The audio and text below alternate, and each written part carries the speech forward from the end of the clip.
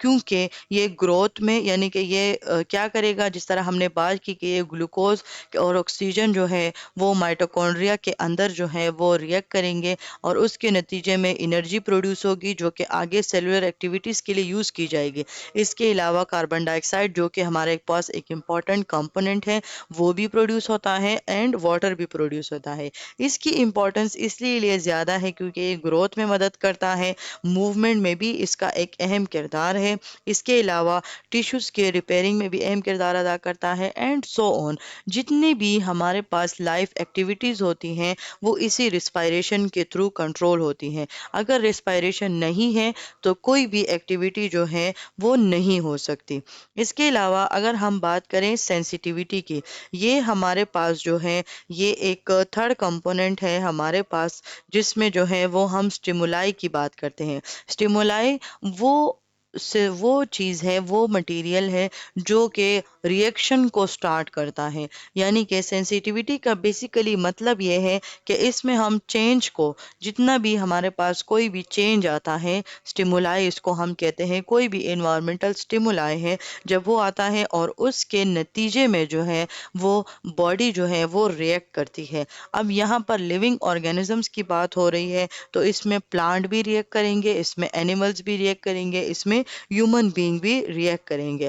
تو جو چیز چینجز جو ہے وہ انیشیٹ کرتی ہے وہ سٹیمولائی کہلاتا ہے، اور جس کے نتیجے میں ریئیکشن پروڈیوس ہوتا ہے تو وہ اس سٹیمولائی کا ہی جو ہے وہ ریزلٹ ہوتا ہے۔ اگر آپ لوگ اس ایگزامپل کو، اس ڈائیگرام کو غور سے دیکھیں تو جب ایک پلانٹ پر جو کہ ایک لیونگ آرگینزم ہے، جب اس پہ لائٹ پڑتی ہے، فوٹوٹروپزم ہوتا ہے، تو اس کے نتیجے میں جو ہے یہ بینڈ ہو جاتا ہے۔ تو یہ بیسیکلی جو لائٹ ہے وہ پلانٹ کے لیے اس کا سٹیمولائی ہے، اور یہ جو بینڈ ہوا ہے یہ اس کا ریئیکشن ہے۔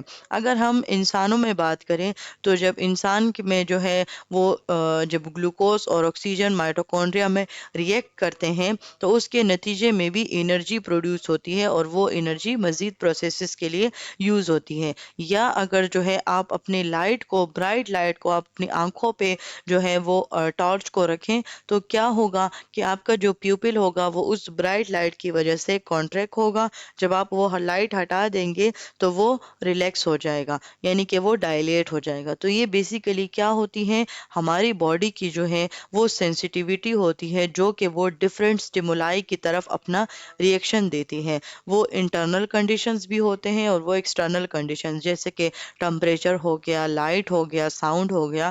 تو اگر لیونگ آرگینزم میں سینسیٹیوٹی موجود ہے تو وہ لیونگ آرگینزمز کی کریکٹرسٹکس کو شو کرتا ہے۔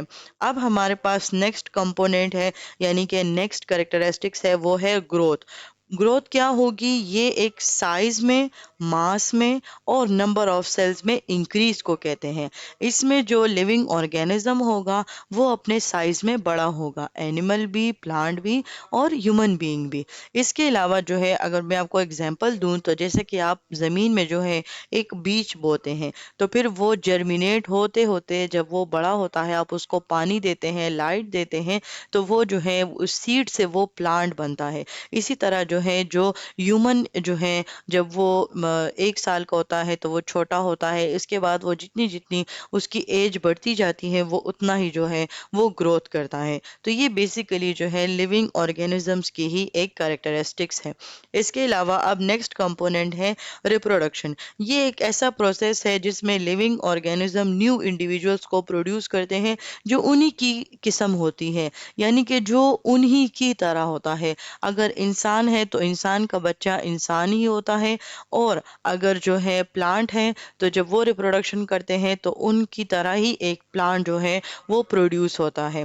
لیکن بیکٹیریا کے اندر جو ہے وہ ہمارے پاس ریپروڈکشن نہیں ہوتی، یعنی کہ بیکٹیریا کا جو ریپروڈکشن پروسیس ہے وہ بہت زیادہ وہ ہوتا ہے، فاسٹ ہوتا ہے، اور وہ بائنری فشن کے تھرو جو ہے وہ چینج ہوتے ہیں۔ بائنری فشن جو ہے وہ ہمارے پاس کیا ہے؟ بائنری فشن بیسیکلی کہتے ہیں جب ایک جو ہے بیکٹیریا جب اس کی وال میں جو ہے وہ سائٹوکائنیز ہو جائے، جب اس کی سائٹوپلازم بریک ڈاؤن ہو جائے تو وہ جو اس کا بیکٹیریا ہوتا ہے وہ دو بیکٹیریا میں ڈیوائڈ ہو جاتا ہے. تو یہ پروسیس بائنری فشن کہلاتا ہے جب یہ بیکٹیریا میں ہوتا ہے. جبکہ ہیومنز جو ہیں وہ سیکشولی جو ہے وہ گیمیٹس کے تھرو جو ہے وہ اپنے آف سپرنگ کو جو ہے وہ پروڈیوس کرتے ہیں. تو یہ کریکٹر جو ہے وہ جس لیونگ میں ہو، جس آرگینزم میں ہوگا تو وہ ایک لیونگ آرگینزم ہوگا، یعنی کہ وہ نان لیونگ نہیں ہوگا، وہ ایک لیونگ آرگینزم ہوگا.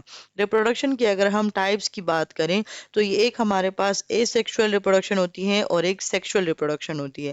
اے سیکشول میں صرف ایک پیرنٹ انوالو ہوتا ہے، جس طریقے سے ہم نے پڑھا بائنری فشن، یعنی کہ اس میں بیکٹیریا اپنے آپ کو ہی جو ہے بائنری فشن کے تھرو ٹو ڈاٹر سیلز میں یا ٹو ڈاٹر بیکٹیریاز میں جو ہے وہ ڈیوائڈ کر لیتا ہے.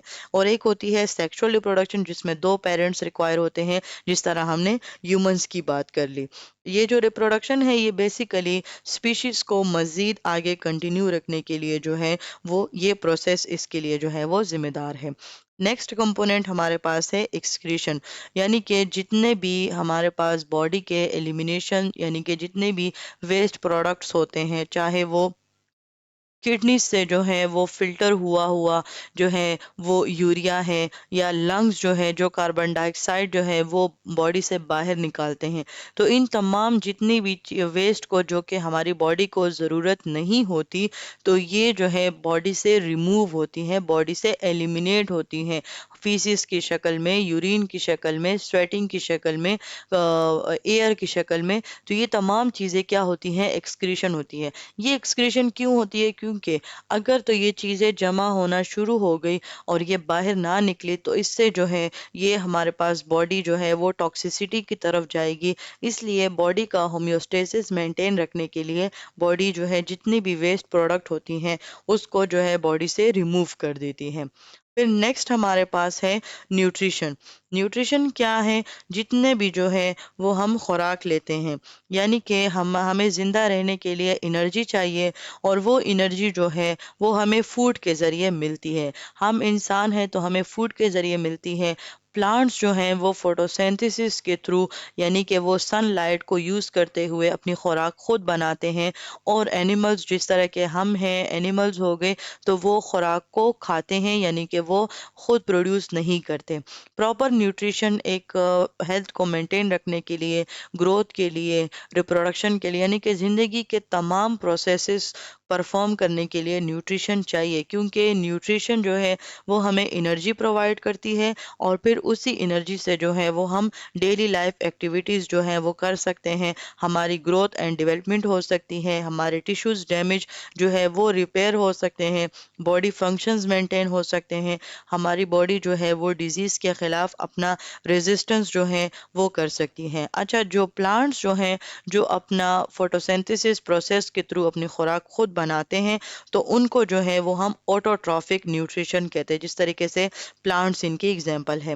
اور ہیٹروٹرافک نیوٹریشن جو ہے یہ بیسیکلی انہی آٹوٹرافک نیوٹریشن پہ ہی ڈیپینڈ ہوتے ہیں اور انہی کی جو ہے وہ خوراک کو لیتے ہیں. پھر ان میں ہمارے پاس ڈفرینٹ ٹائپ ہیں. ایک ہمارے پاس ہربیورز ہیں جو کہ صرف سبزیاں کھاتے ہیں، کارنیورز ہیں جو کہ صرف گوشت کھاتے ہیں، اومنیورز جو کہ دونوں کھاتے ہیں. تو یہ تمام چیزیں کس لیے ہیں؟ تاکہ نیوٹریشن مینٹین رہے اور ڈیلی لائف جو ہے وہ مینٹین رہے.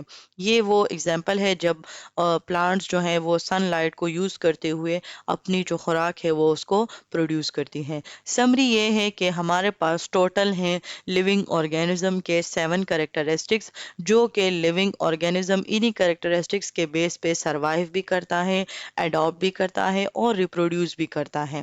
اب جب ہم ان تھریٹس کو، ان کریکٹرسٹکس کو پڑھتے ہیں تو ہمارے پاس جتنے بھی سائنٹسٹ ہیں یا میڈیکل پروفیشنلز ہیں تو ان کو یہ پتہ چلتا ہے کہ ہماری باڈی کے سسٹمز جو ہیں وہ کس طریقے سے نارمل چل رہے ہیں، اور ہماری باڈی جب وہ جاتی ہے، پیتھولوجی اس میں آ جاتی ہے، جب اس میں ڈیزیز آتی ہے تو وہ کس طریقے سے ہماری باڈی کے لائف فنکشنز کو جو ہے نا وہ افیکٹ کرتی ہے. کیونکہ ہم جب تک نارمل اناٹمی فزیولوجی نہیں پڑھیں گے تب تک ہمیں پیتھولوجی سمجھ نہیں آئے گی. یعنی کہ